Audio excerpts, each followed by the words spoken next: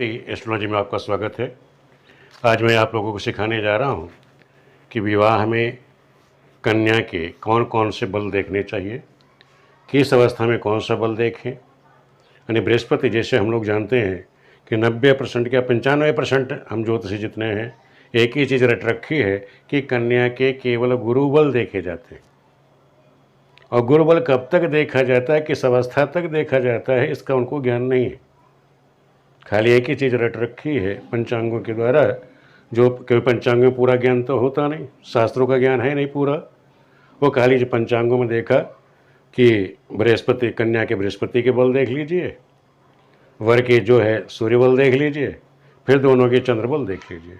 यही लोगों ने रट्टा मार रखा है। लेकिन आप लोगों को जो अच्छे ज्योतिषी हैं उनको उनकी जो है विचारणीय जो क्षमता है वो अधिक होनी चाहिए। उनको ये पता होना चाहिए कि बृहस्पति का जो बल है किस उम्र में देखा जाता है, किस आयु में नहीं देखा जाता, और किस अवस्था में किन किन बलों का देखना अनिवार्य है। और बृहस्पति की स्थिति क्या है, किस राशि में गोचर कर रहे हैं, तब उनका क्या फल होगा। किन राशियों में शुभ होते हुए भी अशुभ होते हैं और किस में शुभ होते हुए भी अशुभ रहते हैं।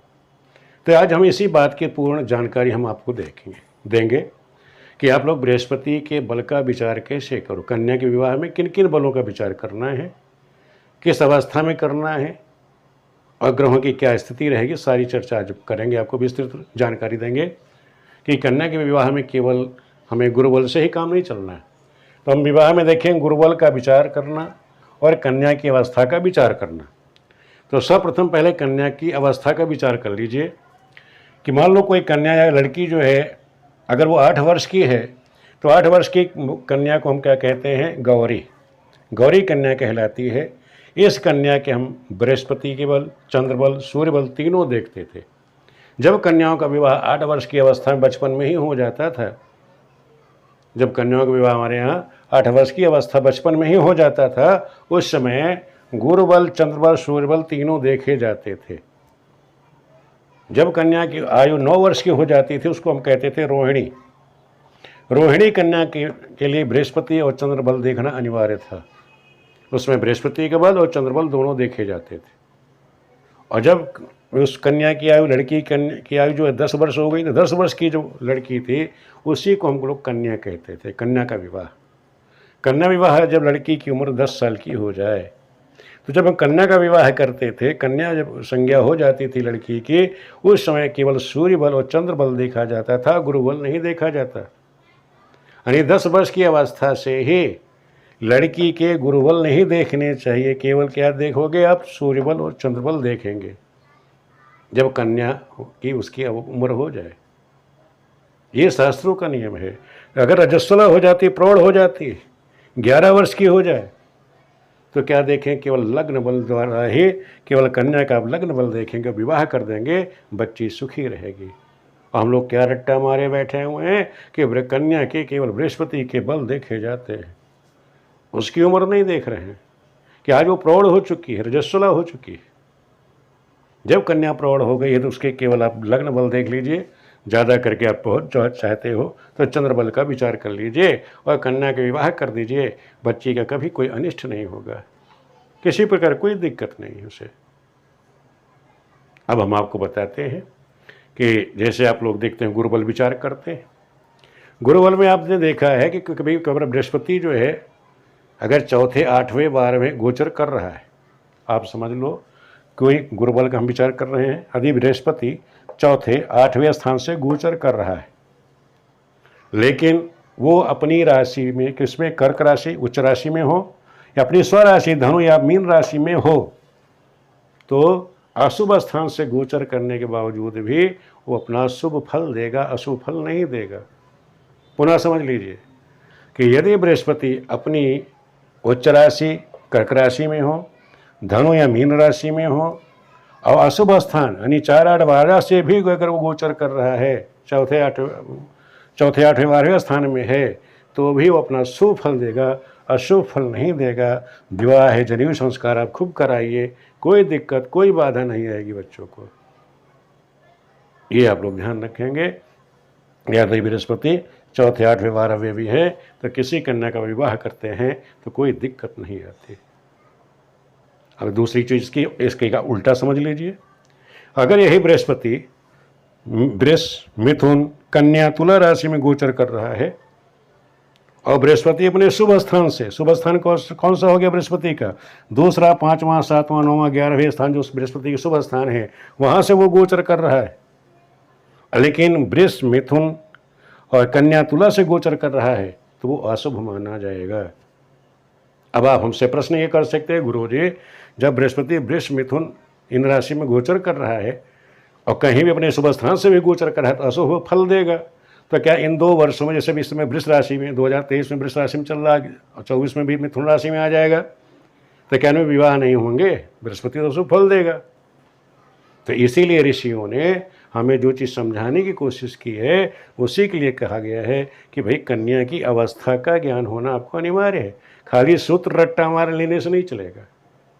आप लोग क्या करते हैं, सूत्रों को रट्टा मार लेते हो, किताब से पढ़ लेते हो, लेकिन प्रैक्टिकल ज्ञान आप लोगों को नहीं रहता। इसीलिए हम आपको सिखाना चाह रहे हैं, क्योंकि ये चीज़ मेरे कई बार आ चुकी, कई विद्वान बहस कर चुके हैं, लेकिन उनको इस चीज़ का ज्ञान नहीं, पूर्ण ज्ञान नहीं होने से गड़बड़ कर देते हैं सब। तो इसीलिए मैं आपको इसलिए वीडियो बना रहा हूँ कि ध्यान रखो, अगर ये स्थिति आ जाती है, अगर बृहस्पति वृष, मिथुन, अभी देख लो वृष राशि के बृहस्पति पूरे साल गोचर हुए, क्या आप लोगों ने विवाह नहीं कराए? 2023 में क्या विवाह नहीं हुए या विवाह नहीं होंगे? विवाह होंगे, क्योंकि वृष राशि में है, विवाह होंगे। पंचांगकर्ताओं ने विवाह निकाल रखे हैं, तो आपको पता होना चाहिए कि पंचांगकर्ताओं ने किस बेस पे विवाह मुहूर्त निकाल रखे हैं। जबकि वृष राशि में शुभ स्थान पे भी अगर गोचर करता तब ये शुभ फल देता है, फिर उन्होंने विवाह निकाले क्यों? ये प्रश्न आपके दिमाग में आना चाहिए। तो इसीलिए बताया गया है कि आप कन्या की अवस्था को देखेंगे। सर्वप्रथम क्या है कि आजकल हमारा जो कानूनी नियम है, कानूनी नियम आप लोग जानते हैं, कन्या का विवाह कब होता है? 18 वर्ष की आयु में। और जब कन्या 18 वर्ष की आपकी हो गई तो इसका मतलब रजस्वला है, प्रौढ़ है। तो जब कन्या प्रौढ़ है तो हमें किस चीज़ का विचार करना है? केवल लग्न बल का। तो पंचांगकर्ताओं ने इसीलिए निकाल रखा है कि केवल वो लग्न बल देख रहे हैं, कन्या का वो गुरु बल नहीं देख रहे हैं। वहाँ लिख देते हैं पंचांगों के अंदर कि बृहस्पति का पूजन है, फलाना बल, उन्होंने ही भ्रम में डाला हुआ है।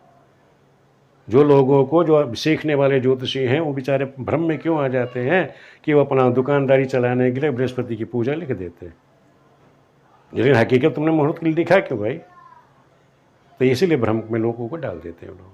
तो आप लोगों को भ्रम में नहीं रहना है, ये ध्यान रखो। अगर कन्या रजस्वला है, प्रौढ़ है, 11 वर्ष से अधिक हो चुकी है, तो उसके लिए आप बृहस्पति का बल नहीं देखेंगे, लग्न बल बहुत ज़्यादा चाहते हैं आप तो चंद्र बल देख लीजिए और कन्या का विवाह कर दीजिए। बच्ची सुखी रहेगी, आपकी किसी भी यजमान की कन्या वो सुखी रहे, कोई दिक्कत नहीं।